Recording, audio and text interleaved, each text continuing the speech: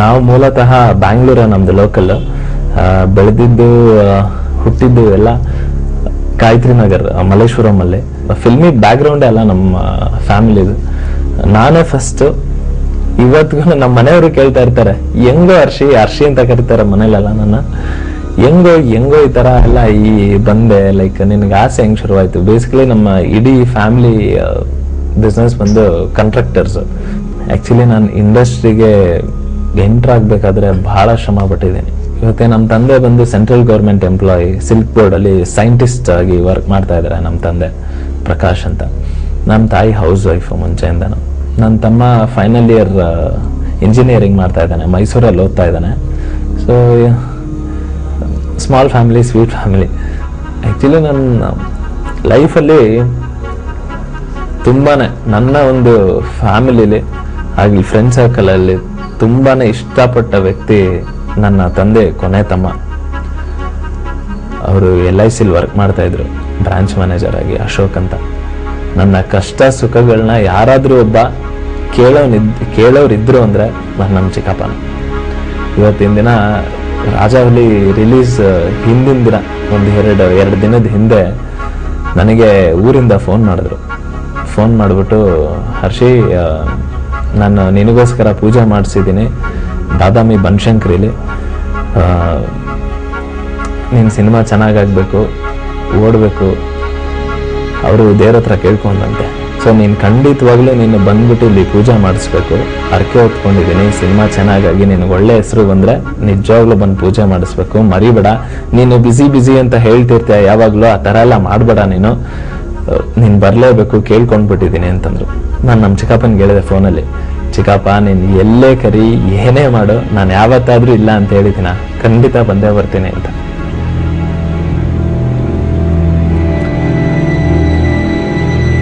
ಅಂದೆ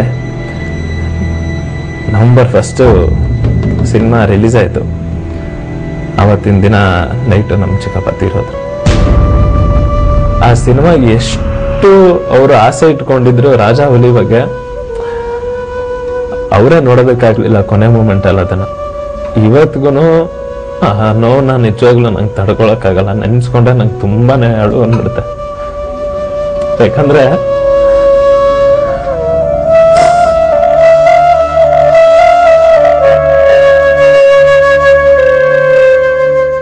ನಮ್ಮ ಚಿಕ್ಕಪ್ಪನ ಡೆತ್ತಿಂದ ಇನ್ನೂ ಆಚೆನೆ ಬಂದಿರಲಿಲ್ಲ ನಾವು. ಈಗ ನೆನ್ನೆ ಒಂದು ಇನ್ಸಿಡೆಂಟ್ ಆಗುತ್ತೆ ಮನೇಲಿ. ನಾನು ಆಚೆ ಇದ್ದೆ, ನಮ್ಮ ಗಾಯತ್ರಿ ನಗರ್ ಅಜ್ಜಿ ಮನೇಲಿದ್ದೆ. ಸೊ ಅಲ್ಲಿಂದ ನಾನು ಅರೌಂಡ್ ನೈಟ್ 10 o'clock ಟೈಮಲ್ಲಿ ಮನೆಗೆ ಬಂದೆ. ಮನೆಗೆ ಬಂದು ನಾನು ಜಸ್ಟ್ ಎಂಟರ್ ಆದೆ. ಮನೆಗೆ ಬಂದು ಹಿಂಗೆ ಕೂತ್ಕೊಂಡು ನಮ್ಮ ತಂದೆ ತಾಯಿ ಇಬ್ಬರ ಹತ್ರನೂ ಮಾತಾಡ್ತಾ ಕೂತಿದ್ದಾಗ ನಾನು ಬಂದು 5 ನಿಮಿಷ ಒಂದು ವ್ಯತ್ಯಾಸ ಇರ್ಬೋದು ಅಷ್ಟೇ. ಒಂದು 4 ಜನ ಮಚ್ಚು ಲಾಂಗು ಎಲ್ಲ ಹಿಡ್ಕೊಂಡು ಮನೆಗೆ ಬಂದರು. ನಾನು ಅನ್ಕೊಂಡೆ ಮೋಸ್ಟ್ಲಿ ಯಾರಾದ್ರೂ ಲೈಕ್ ನನ್ನ ಮೇಲೆ ಏನಾದ್ರು ಬ್ಯಾಡ್ ಇಂಪ್ರೆಷನ್ ಬರೋ ಥರ ಏನಾದ್ರು ಹೇಳಿದಾರೇನೋ, ಅದಕ್ಕೋಸ್ಕರ ಬಂದಿದ್ದಾರೇನೋ ಅಂತ ನಾನು ಅನ್ಕೊಂಡೆ. ಯಾಕಂದ್ರೆ ನಾನು ಯಾರ ಹತ್ರನೂ ಒಂದು ದ್ವೇಷ ಇಟ್ಕೊಳ್ಳೋ ಹುಡುಗನೇ ಅಲ್ಲ, ಯಾರ ಹತ್ರನೂ ಹಾಗೆಲ್ಲ ಮಾತಾಡೋ ಹುಡುಗ ಅಲ್ಲ. ಆ್ಯಕ್ಚುಲಿ ನನ್ನ ಫುಲ್ ಕನ್ಫ್ಯೂಸ್ ಆಗೋಯ್ತು. ನಾನು ಕೇಳಿದೆ ಆ ಹುಡುಗರ್ನ, ಯಾರಪ್ಪ ನೀವು, ಏನು ಸಮಾಚಾರ? ನಮ್ಮ ತಂದೆನೂ ಕೇಳಿದ್ರು, ನೀವು ಯಾರು ಗೊತ್ತಾಗ್ಲಿಲ್ಲ ಅಂತ. ಒಂದು ನಿಮಿಷ ಗೊತ್ತಾಗುತ್ತೆ ಎಲ್ಲ ಅಂದ್ಬಿಟ್ಟು ದೇ ಆಲ್ ಎಂಟರ್ಡ್ ಇನ್ಸೈಡ್. ಇದಕ್ಕಿದ್ದಂಗೆ ಒಳಗಡೆ ಬಂದರು, ಮನೆ ಒಳಗಡೆ. ನಮ್ಮ ತಂದೆಗೆ ಲಾಂಗಲ್ಲಿ ಹಿಂಗೆ ಕತ್ತಿಗಿಟ್ಟಿದ್ರು, ನಮ್ಮ ತಾಯಿಗೆ ನಮ್ಮ ತಂದೆಗೆ. ನಾನು ಒಂದೇ ಮಾತು ಹೇಳಿದೆ. ನನಗೆ ಗೊತ್ತಾಗೋಯ್ತು ಅವ್ರು ಏನು ಮಾಡ್ತಾರೆ, ಏನು ಉದ್ದೇಶಕ್ಕೆ ಬಂದಿದ್ದಾರೆ ಅಂತ ನನಗೆ ಗೊತ್ತಾಗೋಯ್ತು. ನಾನು ಡೈರೆಕ್ಟಾಗಿ ಹೇಳಿದೆ, ನೋಡಿ ನಿಮ್ಗೇನು ಬೇಕು ಅದನ್ನೆಲ್ಲ ಕೊಟ್ಬಿಡ್ತೀನಿ, ದಯವಿಟ್ಟು ನಮ್ಮ ತಂದೆ ತಾಯಿಗೆ, ಮನೇಲಿರೋರಿಗೆ ಯಾರಿಗೂ ಏನೂ ಮಾಡಿಬಿಡಿ. ನಿಮ್ಗೇನು ಬೇಕು ನಾವು ಯಾರಿಗೂ ಕಂಪ್ಲೇಂಟ್ ಮಾಡಲ್ಲ, ನಿಮ್ಗೇನು ಬೇಕು ಎಲ್ಲ ತೊಗೊಂಡೋಗ್ಬಿಡಿ. ಯಾಕಂದರೆ ಮನಸ್ಸಲ್ಲಿ ಒಂದು ಛಲ ಇನ್ನೂ ಇತ್ತು ನನಗೆ. ಇವತ್ತೆಲ್ಲ ನಾಳೆ ನಾನು ದುಡಿಬೋದು, ಇಲ್ಲ ಇನ್ನೊಂದೇನೋ ಮಾಡ್ಬೋದು. ಅದಕ್ಕೆ ಇವಾಗ ಪ್ರಾಣಕ್ಕೇನಾದ್ರು ಹೆಚ್ಚು ಕಡಿಮೆ ಆದರೆ ನಮ್ಮ ತಂದೆ ತಾಯಿಗೆ ಸ್ಪೆಷಲಿ ನನಗಂತೂ ತಡ್ಕೊಳ್ಳೋ ಶಕ್ತಿನೇ ಇಲ್ಲ. ಸೊ ನಾನು ಹೇಳಿದೆ ಅವ್ರಿಗೆ ಏನು ಬೇಕೋ ಅದೆಲ್ಲ ತೊಗೊಂಡೋಗ್ಬಿಡಿ ಅಂತ. ಸರಿ ಆಯಿತು ಅಂದ್ಬಿಟ್ಟು ನಮಗೆಲ್ಲ ನೀವೆಲ್ಲ ರೂಮಿಗೆ ನಡೀರಿ ಅಂದ್ಬಿಟ್ಟು ಒಂದು 4 ಜನನೂ ಕೈಯಲ್ಲಿ ಲಾಂಗ್ ಇತ್ತು. ಸರಿ ರೂಮಲ್ಲಿ ಕೂಡ್ಸಿದ್ರು. ನನಗೆ ರೂಮಲ್ಲಿ ಕೂತ್ಕೊಂಡು ನಮ್ಮ ತಾಯಿಗೆ ಹೇಳಿದ್ರು, ನಾವು ತೆಗಿ ಬೀರು ಬಾಕ್ಲೆಲ್ಲ ತೆಗಿ, ಏನಿದೆ ಎಲ್ಲ ಕೊಟ್ಬಿಡು, ನೀವೇನಾದರೂ ಕೂಕೊಂಡ್ರೆ ಎಲ್ಲ ಮಚ್ಚಲ್ಲಿ ಹೊಡಿತೀವಿ, ಒಬ್ಬರು ಪ್ರಾಣನೂ ಇಲ್ಲಿ ಉಳಿಸಲ್ಲ ಅಂತ ಎಲ್ಲ ಕುಡಿದ್ಬಿಟ್ಟಿದ್ರು ಬೇರೆ.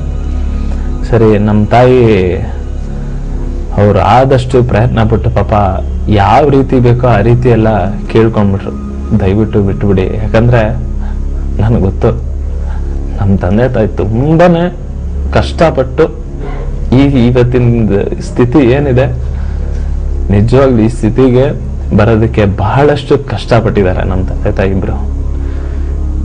ಇವತ್ತಿನ ದಿನ ಇಷ್ಟು ವರ್ಷದ ಶ್ರಮ ಒಂದ್ 2 ನಿಮಿಷದಲ್ಲಿ ಆಕ್ಚುಲಿ ನಮ್ಮ ತಾಯಿ ನಮ್ಮ ತಂದೆಗೆ ಬರೋ ಸಂಬಳದಲ್ಲಿ ಸ್ವಲ್ಪನೇ ಕೂಡಿಟ್ಕೊಂಡು ಒಡವೆಗಳೆಲ್ಲ ಮಾಡಿಸ್ಕೊಂಡಿದ್ರು. ಲೈಕ್ ಮಾಮೂಲಿ ಮನೇಲಿ ಕ್ಯಾಶ್ ಎಲ್ಲ ಇತ್ತು ಸ್ವಲ್ಪ. ಸರಿ ನಾನು ಹೇಳಿದೆ ಅವ್ರಿಗೆ, ನೋಡಿ ಕ್ಯಾಶ್ ಎಷ್ಟು ಬೇಕೋ ನೀವು ತಗೊಂಡೋಗಿ, ನಮ್ಮ ತಾಯಿ ಕೆಲವೊಂದು ಒಡವೆಗಳು ಇಟ್ಕೊಂಡಿದ್ದಾರೆ, ಮಂಗಲಸೂತ್ರನೂ ಇಟ್ಕೊಂಡ್ಬಿಟ್ಟಿದ್ರು. ಸರಿ ನಾನು ಅದೇ ಹೇಳಿದೆ ಅವ್ರಿಗೆ, ಸರ್ ನನ್ ನಿಜವಾಗ್ಲೂ ಬೇಜಾರಾಗಿದ್ದೇನಂದ್ರೆ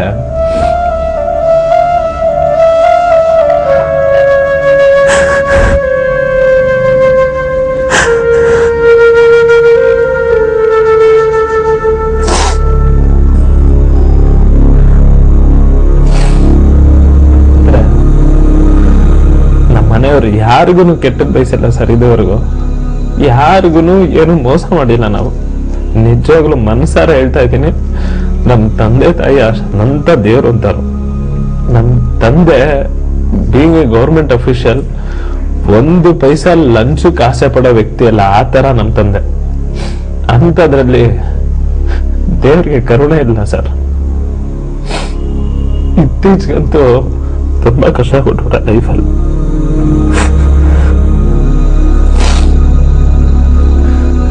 ಅವ್ರು ಯಾರೋ 4 ಜನ ಗುರುತು ಪರಿಚಯ ಇಲ್ದೇ ಇರೋರು ಹತ್ರ ನಮ್ ತಾಯಿ ಕಾಲಿಗೆ ಬಿದ್ರು ನೆನ್ನೆ ನನ್ ಮುಂದೆ. ಬೀಯಿಂಗ್ ಎಲ್ಡರ್ ಸನ್, ಮನೇಲಿ ದೊಡ್ಡ ಮಗನಾಗಿ ನಾನು ಅವ್ರಿಗೆ ಪ್ರೊಟೆಕ್ಟ್ ಮಾಡ್ಲಿಲ್ಲ ಅನ್ನೋ ಒಂದು ಮನ್ಸಲ್ಲಿ ನಿಜವಾಗ್ಲು ಕಾಡ್ತಾ ಇದೆ ನನಗೆ. ಆಕ್ಚುಲಿ ನಾನ್ ನಿಜವಾಗ್ಲೂ ಬಹಳಷ್ಟು ಮನ್ಸಿಂದ ತಡೆದಿದ್ದೆ. ನನ್ನ ಪ್ರೊಫೆಷನ್, ನನ್ನ ಕರಿಯರ್ಗೆ ಎಲ್ಲಿ ಏಟು ಬೀಳುತ್ತೋ ಆ ಲಾಂಗ್ ಅಲ್ಲಿ ಒಂದು ಏಟು ಮುಖಕ್ಕೆ ಬಿದ್ದಿದ್ರೆ ನನ್ ಕನ್ಸೆಲ್ಲ ನುಚ್ಚುನೂರು. ಇವತ್ತಿನ ದಿನ ಒಂದು ಪಕ್ಷ ಒಂದು 10-20 ಲಕ್ಷ ಹೋಗ್ಬೋದು, ಬಟ್ ಆದ್ರೆ ನನ್ನ ಲೈಫಲ್ಲಿ ಅದನ್ನ ದುಡಿಯೋದೇನ್ ದೊಡ್ಡ ವಿಷಯ ಅಲ್ಲ. ನಿಜವಾಗ್ಲೂ ದುಡ್ಕೋಬಹುದು ಎಂತವನಾದ್ರೂ. ನನ್ನ ತಾಯಿಗೆ ಸೂಕ್ಷ್ಮವಾಗಿ ಕೈ ಹಿಡಿದ್ಬಿಟ್ಟು ಹೇಳ್ದೆ, ಅವರೆಲ್ಲ ಕತ್ತಿಗೆ ಲಾಂಗ್ ಇಟ್ಟಿದ್ರು, ಅಮ್ಮ ಸುಮ್ಮನೆ ಇರು, ತಲೆ ಕೆಡ್ಸ್ಕೊಂಬೇಡ, ನಿನಗೆ ನಾನಿದ್ದೀನಿ, ನನ್ನ ಮೇಲೆ ನೀನು ಭಾರ ಹಾಕ್ಬಿಟ್ಟು ಸುಮ್ ಕೂತ್ಕೋ, ಏನು ತಲೆ ಕೆಡ್ಸ್ಕೊಬೇಡ. ಸರ್ ನಿಮ್ಗೆ ಏನ್ ಬೇಕು ನೀವು ತಗೊಂಡೋಗಿ ಅಂದೆ. ನಿಮ್ಗೆ ಏನ್ ಬೇಕು ಏನು ಬಿಡ್ಬೇಡಿ ಮನೇಲಿ. ನಮ್ ತಂದೆ ತಾಯಿಗೆ ಒಂದು ಚೂರು ಏಟಾಗ್ಬಾರ್ದು. ಅವ್ರಿಗೆ ಏಟಾದ್ರೆ ನಾನು ನಿಜವಾಗ್ಲೂ ತಡ್ಕೊಳಲ್ಲ. ನಿಮ್ಗೆ ಏನ್ ಬೇಕೋ ತಗೊಂಡೋಗಿ, ನಾನೇನು ಕೇಳಲ್ಲ ಅಂತನ್ಬಿಟ್ಟು ಕೊನೆಗೆ ನೀನ್ ನಂಬ್ತಿರೋ ಬಿಡ್ತೀರಾ ಸರ್, ನಾನು ಅಂಗ್ಲಾಚಿ ಬೇಡ್ಕೊಂಡ್ಬಿಟ್ಟಿದ್ದೀನಿ, ನಮ್ ತಾಯಿದು ಮಂಗಲಸೂತ್ರ ಒಂದ್ ಕೊಟ್ಬಿಡಿ, ಇನ್ ಮಿಕ್ಕಿದೆಲ್ಲ ತಗೊಂಡೋಗ್ಬಿಡಿ. ನಮ್ಗೇನ್ ನಾನು ದುಡ್ದಿರೋದು ಅಷ್ಟಲ್ಲೇ ಸರ್. ನಿಜವಾಗ್ಲು ನಾನು ಇಂಡಸ್ಟ್ರಿಗೆ ಬಂದಿದ್ದು ಹಣಕಾಸಿನ ಉದ್ದೇಶದಿಂದ ಅಲ್ಲ. ಯಾಕಂದ್ರೆ ಚಿಕ್ಕ ಮಗುವಿಂದ ಒಬ್ಬ ನಟ ಆಗ್ಬೇಕು ಅನ್ನೋ ಉದ್ದೇಶ ನಂದು. ಆ ಒಂದು ಉದ್ದೇಶ ಇಟ್ಕೊಂಡ್ರೆ ನಾನು ದುಡಿಬೇಕು ಅನ್ನೋ ಒಂದು ಉದ್ದೇಶದಿಂದ ಅಂತೂ ಬರ್ಲಿಲ್ಲ ಇಂಡಸ್ಟ್ರಿಗೆ. ಅಂತದ್ರಲ್ಲಿ ಆ ರಾಕ್ಷಸರು 4 ಜನ ನಮ್ ಪ್ರಾಣ ಬಿಟ್ಬಿಟ್ಟೋದ್ರಲ್ಲ, ಅದೇ ನಿಜವಾಗ್ಲೂ ದೊಡ್ಡ ಥ್ಯಾಂಕ್ಸ್ ಅಂದ್ರೆ ಅವ್ರಿಗೆ. ಅದೇ ನಮ್ ತಂದೆ ತಾಯಿಗೆ ಒಂಚೂರು ಏನು ಮುಟ್ಟಿಲ್ಲ. ಆಕ್ಚುಲಿ ರೂಮ್ ಕೂಡ ಹಾಕಿದ್ಮೇಲೆ ಎಲ್ಲ ಒಡವೆಲ್ಲ ತಗೊಂಡ್ರು, ದುಡ್ಡು ಸ್ವಲ್ಪ ಕ್ಯಾಶ್ ಇತ್ತು, ಕ್ಯಾಶ್ ತಗೊಂಡ್ರು. ಸೊ ಅದಾದ್ಮೇಲೆ ನಮ್ಮನ್ನ ರೂಮಲ್ಲೇ ಕೂಡ ಹಾಕ್ಬಿಟ್ರು. ರೂಮಲ್ಲೇ ಕೂಡ ಹಾಕ್ಬಿಟ್ಟು ದೇ ಕೇಮ್ ಔಟ್ಸೈಡ್, ಲಾಕ್ ಮಾಡ್ಬಿಟ್ರು ರೂಮ್. ಬಂದು ನಂದು ಇನ್ನೊಂದು ರೂಮ್ ಇತ್ತು ಮನೇಲಿ, ಅಲ್ಲಿ ನನ್ನ ವಾಚಸ್, ನನ್ನ ಬೆಲ್ಟ್ಸ್ ಅಂಡ್ ಏನೇನಿತ್ತು, ನನ್ನ ಫೋನ್ಸ್. ಆಕ್ಚುಲಿ ಬಂದಿದ ತಕ್ಷಣ ಫೋನ್ಸ್ ಎಲ್ಲ ಮುರಿದಾಕ್ಬಿಟ್ರೆ ಎಲ್ಲಾರ್ದು. ಯಾರಿಗಾರು ಫೋನ್ ಮಾಡ್ಬಿಡ್ತೀವಿ ಅಂತ ಒಂದು ಇಂಟೆನ್ಷನ್ ಅಲ್ಲಿ ಎಲ್ಲಾರ ಫೋನನ್ನು ಮುರಿದಾಕ್ಬಿಟ್ರು ಅವರು. ಸೊ ಸೊ ನನ್ನ ರೂಮ್ಗೆ ಹೋಗಿ ಏನೇನು ನಂದೇನು ವ್ಯಾಲ್ಯೂಬಲ್ಸ್ ಇತ್ತು ಎಲ್ಲ ಎಕ್ಸ್ಪೆನ್ಸಿವ್ ಐಟಮ್ಸ್ ಇದ್ದಿದ್ದು ಎಲ್ಲ ತೊಗೊಂಡೋಗಿದ್ದಾರೆ. ಏನು ಸಮಸ್ಯೆ ಇಲ್ಲ. ಬಡಾರ ನಮ್ಮ ತಾಯಿದೊಂದೇ ನನಗೆ ಬೇಜಾರು ನಿಜವಾಗ್ಲೂ. ನಂದು ಏನೇ ಹೋಗಿದ್ರು ನಾನೇನು ತಲೆ ಕೆಡ್ಸ್ಕೊತಿರ್ಲಿಲ್ಲ. ಸೊ ನಮಗೆಲ್ಲ ವಾರ್ನ್ ಮಾಡಿದ್ರು ಆ್ಯಕ್ಚುಲಿ, ಆಚೆ ಬಂದರೆ ಆ್ಯಕ್ಚುಲಿ 1-2 ಸಲ ಹಿಂಗೆ ಆಗ್ತದೆ ಮಿಸ್ಸು. ನಾನು 2 ಸಲ ಆ ಕಡೆ ಈ ಕಡೆ ಹೋಗಿ ಫೈನಲ್ ಆಗಿ ಬೇಡ್ಕೊಂಡಿದ್ದು, ನೋಡಿ ನೀವು ಹಂಗೆ ಹೊಡಿಬೇಕಾದ್ರೆ ಏಟು ಬಿದ್ದೇ ಬೀಳುತ್ತೆ ನಮ್ಮ ತಂದೆ ತಾಯಿಗಾಗಲಿ ನನಗಾಗಲಿ, ದಯವಿಟ್ಟು ಹಾಗೆಲ್ಲ ಮಾಡಕ್ಕೆ ಹೋಗ್ಬಿಡಿ ಅಂತಾನೆ ಕೇಳ್ಕೊಂಡೆ ಡೈರೆಕ್ಟಾಗಿ. ಅದಾದಮೇಲೆ ನಾನು ರೂಮಲ್ಲಿದ್ದಾಗ ಆಚೆ ಬಂದರೆ ಎಲ್ಲರನ್ನೂ ಸಾಕ್ಬಿಡ್ತೀವಿ ಅಂತಂದ್ರು. ಸರಿ ಆಯಿತು ನಿಮ್ಗೇನು ಬೇಕು ತೊಗೊಂಡು ಹೋಗಿ ಅಂತಂದ್ವಿ. ಒಂದು 5 ನಿಮಿಷ ಆದಮೇಲೆ ಎಲ್ಲ ತೊಗೊಂಡು ಹೊಟ್ಟೋದ್ರು ಆಚೆ. ನಾನು ಆಚೆ ಆ್ಯಕ್ಚುಲಿ ಬೀಗ ಹಾಕೊಂಡು ಹೋಗಿದ್ರು, ನಾನು ಬಾಗಿಲು ಹೊಡೆದ್ಬಿಟ್ಟು ನಾನು ಆಚೆ ಹೋಗೋ ಅಷ್ಟರಲ್ಲಿ ಯಾರೂ ಇರಲಿಲ್ಲ ರೋಡಲ್ಲಿ. ಎಲ್ಲ ಸೀನ್ ಎಲ್ಲ full it got ended. Everything fraction of ಮಿನಿಟ್ಸಲ್ಲಿ ಮುಗ್ದೋಯ್ತು.